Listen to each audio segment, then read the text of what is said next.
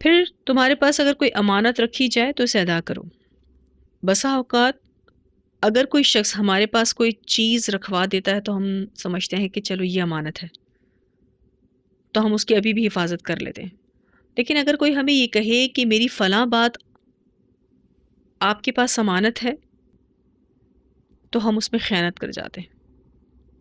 وہ ہمیں یہ باقاعدہ شخص کہتا ہے کہ یہ بات میری آپ کے پاس امانت ہے، آپ نے کسی کو نہیں بتانا، تو ہم نے اس امانت کا بھی ویسے ہی پاس رکھنا ہے جیسے ہم دیگر امانتوں کا رکھتے ہیں۔ پھر اپنی شرمگاہوں کی حفاظت کرنا اور اپنی آنکھوں کو نیچا رکھنا، یعنی اس کا ٹوٹل تعلق حیا سے ہے، اور اپنے ہاتھوں کو روک کے رکھنا، یعنی کسی کو اپنے ہاتھوں سے تکلیف نہ دینا، یہ ایمان کی بھی علامت ہے۔ تو اگر کوئی ان 6 خصوصیات کو اپنائے گا تو نبی اکرم صلی اللہ علیہ وسلم کی طرف سے اسے جنت کی گارنٹی ہے۔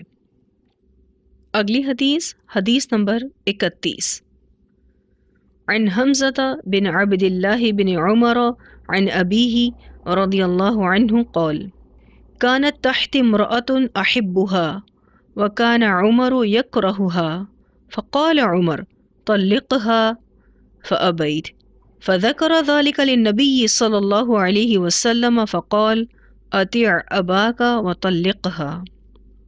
حمزہ اپنے باپ عبداللہ بن عمر رضی اللہ تعالیٰ عنہ سے روایت کرتے ہیں، انہوں نے کہا میری ایک بیوی تھی، میں اس سے محبت کرتا تھا اور عمر رضی اللہ تعالیٰ عنہ اس سے نفرت کرتے تھے۔ میرے باپ عمر نے کہا اس کو طلاق دے دے۔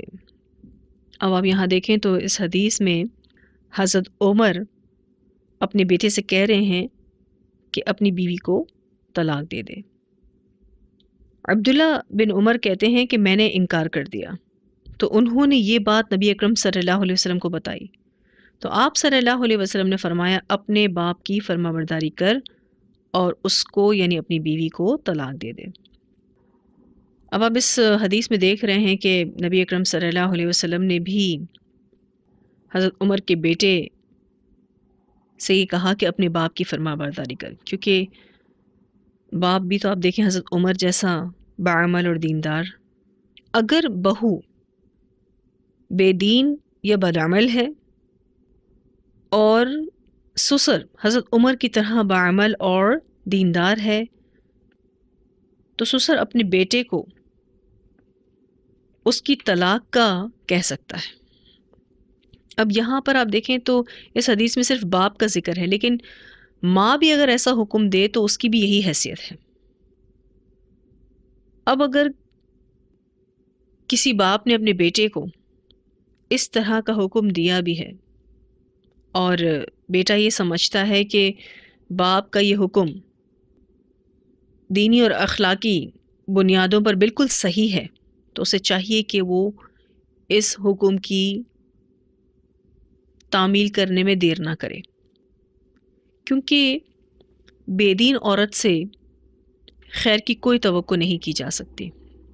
لیکن اگر بیوی دیندار ہے، سمجھدار ہے، لیکن کوئی معمولی سی وجہ یا جھگڑا ہو گیا اور اس پر ماں باپ یہ کہتے ہیں کہ تم اپنی بیوی کو طلاق دے دو، تو پھر اپنے پیرنٹس کو ادب اور احترام سے سمجھانا چاہیے تاکہ وہ بھی راضی ہو جائیں اور بیوی کو بھی کوئی نقصان نہ ہو۔ ہمارے یہاں معاشرے میں عمومی طور پر جو ماں باپ اپنے بچوں کو طلاق دینے کا کہتے ہیں تو اس کے پیچھے وجہ بہت چھوٹے چھوٹے جھگڑے ہوتے ہیں، اور ان جھگڑوں کو لوگ اپنی عزت کا مسئلہ بنا لیتے ہیں۔ تو ایسے میں اس شخص کا بہت بڑا کردار ہوتا ہے کہ وہ دیکھے کہ اسے اپنے والدین کو اگر اس کی بیوی ٹھیک ہے تو کس طرح سے سمجھانا ہے، پورے ادب اور احترام کے ساتھ ان کو سمجھائے تاکہ وہ بھی راضی ہو جائیں، اور اپنی بیوی کو بھی طلاق نہ دے کیونکہ وہ بھی کسی کی بیٹی ہے۔ اگلی حدیث جس میں نبی اکرم صلی اللہ علیہ وسلم کی وصیت کا بیان ہے، عن عبد اللہ بن عمر رضی اللہ عنہ ان معاذ بن جبل رضی اللہ عنہ اراد سفرا فقال یا رسول اللہ صلی اللہ علیہ وسلم اوصنی قال اعبد اللہ ولا تشرک به شیئا قال یا نبی اللہ صلی اللہ علیہ وسلم زدنی قال اذا اسأت فاحسن قال یا نبی اللہ صلی اللہ علیہ وسلم زدنی قال استقم ولتحسن خلقک۔ عبداللہ بن عمر رضی اللہ عنہما سے مروی ہے کہ معاذ بن جبل رضی اللہ تعالیٰ عنہ نے سفر کا ارادہ کیا اور کہا اے اللہ کے رسول صلی اللہ علیہ وسلم مجھے وصیت فرمائیں۔ آپ صلی اللہ علیہ وسلم نے فرمایا کہ تو اللہ کی عبادت کر اور اس کے ساتھ کسی کو شریک مت ٹھہرا۔ یعنی آپ صلی اللہ علیہ وسلم نے پہلی وصیت توحید کی۔ انہوں نے کہا اے اللہ کے نبی صلی اللہ علیہ وسلم اور وصیت فرمائیں۔ آپ صلی اللہ علیہ وسلم نے فرمایا جب تو برائی کرے تو فوراً نیکی کر، یعنی کوئی غلط چیز ہو جائے تو نیکی کر لیا کر، کیونکہ قرآن پاک میں آتا ہے ان الحسنات یذہبن السیئات، کہ بے شک نیکیاں جو ہیں وہ برائیوں کو لے جاتی ہیں۔ پھر حضرت معاذ بن جبل نے کہا اے اللہ کے نبی صلی اللہ علیہ وسلم مزید وصیت فرمائیں۔ آپ نے فرمایا ثابت قدم رہ اور تو اپنے اخلاق کو اچھا کر، یعنی اس توحید پر اور اس نیکی کرنے پر اپنے آپ کو ثابت قدم رکھ۔ یعنی کوئی بھی نیک عمل اللہ کے نزدیک تبھی قابل قبول ہے کہ جب اس کو کنٹینیو کیا جائے، اور آخر میں آپ صلی اللہ علیہ وسلم نے فرمایا کہ تو اپنے اخلاق کو اچھا کر۔ تو رسول اللہ صلی اللہ علیہ وسلم کی ان تعلیمات کو لے کر پھر معاذ بن جبل اپنے سفر پر روانہ ہوئے۔ پہلی جو وصیت آپ صلی اللہ علیہ وسلم نے کی وہ توحید پر مبنی تھی، پھر دوسری کہ اگر کوئی غلطی ہو جاتی ہے تو فوراً سے نیکی کی جائے تاکہ اس نیکی کے کرنے کی وجہ سے اللہ تعالیٰ اس غلطی کو معاف کر دے، اور پھر آپ صلی اللہ علیہ وسلم نے فرمایا کہ اپنے آپ کو ثابت قدم رکھنا ہے اور اپنے اخلاق کو اچھا کرنا ہے۔ تو آج سلسلۃ الصحیحہ کا یہ سلسلہ یہیں تک روکتے ہیں۔ وآخر دعوانا ان الحمد للہ رب العالمین۔ السلام علیکم ورحمۃ اللہ وبرکاتہ۔